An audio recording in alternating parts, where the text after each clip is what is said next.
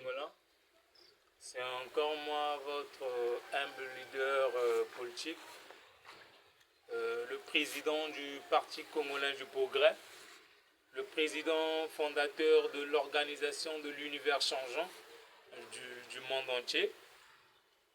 Je viens pour sensibiliser et relater et faire un signe de rappel au gouvernement congolais actuel et au peuple du monde entier et ainsi que à la nation. Premièrement, le gouvernement doit savoir que les yeux c'est la porte de l'âme et que l'habitude est une seconde nature et que c'est du peuple qui revient l'autorité du pouvoir public. Bref, en gros, nous ne voulons pas la dissolution dans notre pays. Aujourd'hui, ma politique n'est pas seulement nationale, ma politique est internationale. J'aide beaucoup de présidents du monde entier, diplomatiquement, même s'ils ne veulent pas l'admettre aux yeux de tout le monde, mais ils le savent. Pour commencer, je vais d'abord vous montrer que je suis un jeune droit et ponctuel. Voilà. Voilà, ça c'est ma carte d'artiste. Ça c'est ma carte d'artiste. Ça c'est ma carte monétique.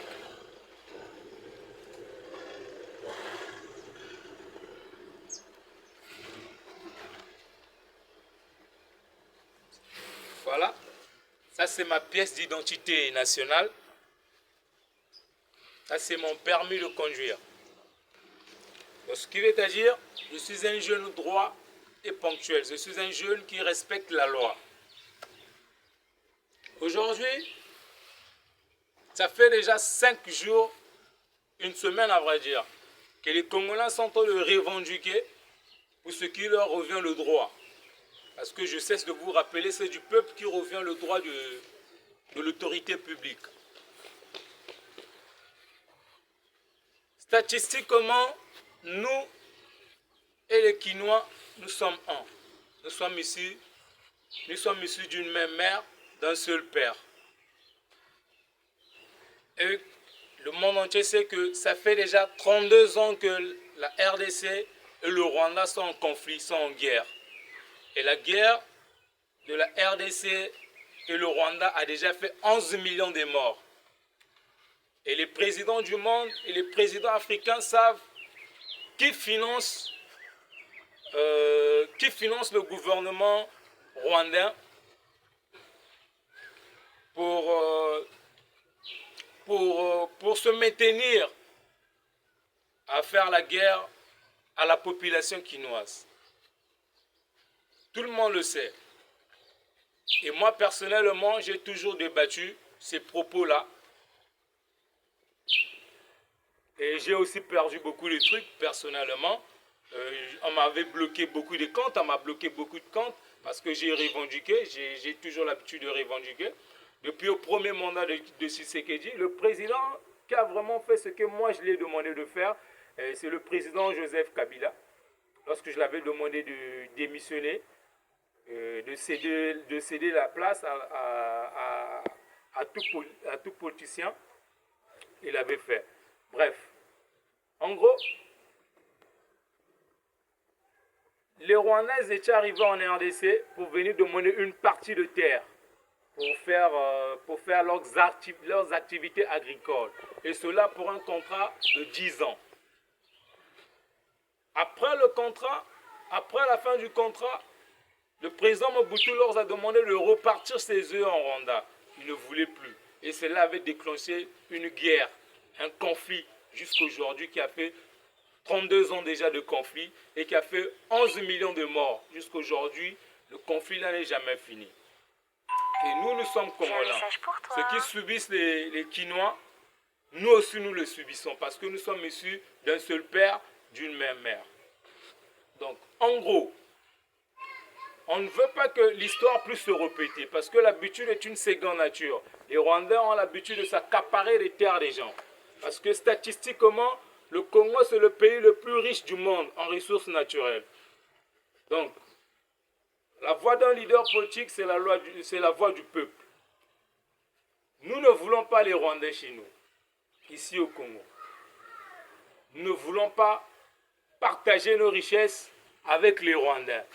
Nous ne voulons pas les Rwandais chez nous. Et aujourd'hui, le gouvernement doit savoir que le gouvernement est au service du peuple. Donc, mais aujourd'hui, le gouvernement prend certaines initiations sans sensibiliser à la population. Donc, ils prennent leurs décisions eux-mêmes.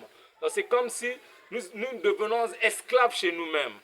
Alors que tout Congolais a le droit de revendiquer ses droits.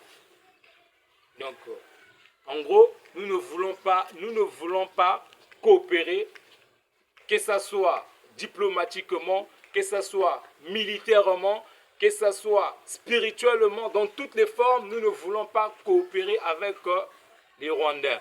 Parce que les Rwandais, eux, ils sont pour leurs propres intérêts. Le Rwandais aime s'accaparer de ce qui ne leur appartient pas. Avec la RDC, c'était pour 10 ans.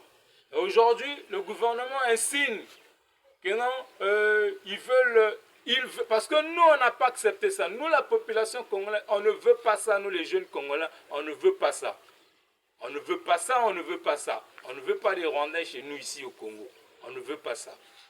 Donc, le gouvernement insigne un contrat de 20 ans, donc de 2 ans renouvelable pendant 20 ans. Bon, en RDC, c'était pour 10 ans. Et ça fait 32 ans de guerre, qui a fait 11 millions de morts. Maintenant, chez nous, en 20 ans, nous ne voulons pas sacrifier nos enfants, nos petits-enfants. Donc, en gros, nous insinuons au chef de l'État, vu que le chef de l'État n'a plus l'amabilité de rester au pays, il se préoccupe des problèmes de l'extérieur. On ne refuse pas, c'est l'Union africaine. Mais la charité bien ordonnée commence par soi-même. Jusqu'à aujourd'hui, le chef de l'État ne dit pas un mot. Donc nous le demandons, nous, la jeunesse congolaise, qui puisse dire un mot. Nous ne voulons pas des Rwandais, c'est nous. Nous ne voulons pas. On va leur donner quelle partie de terre, parce que toute notre terre est remplie de richesses. Quoi, ils vont exploiter les diamants qui se trouvent au sud pour donner encore aux personnes qui leur financent de créer encore des bombes nucléaires qui vont faire des réchauffements climatiques, ou bien de prendre encore le mercure pour créer encore des bombes comme Hiroshima, ou bien exploiter encore le pétrole.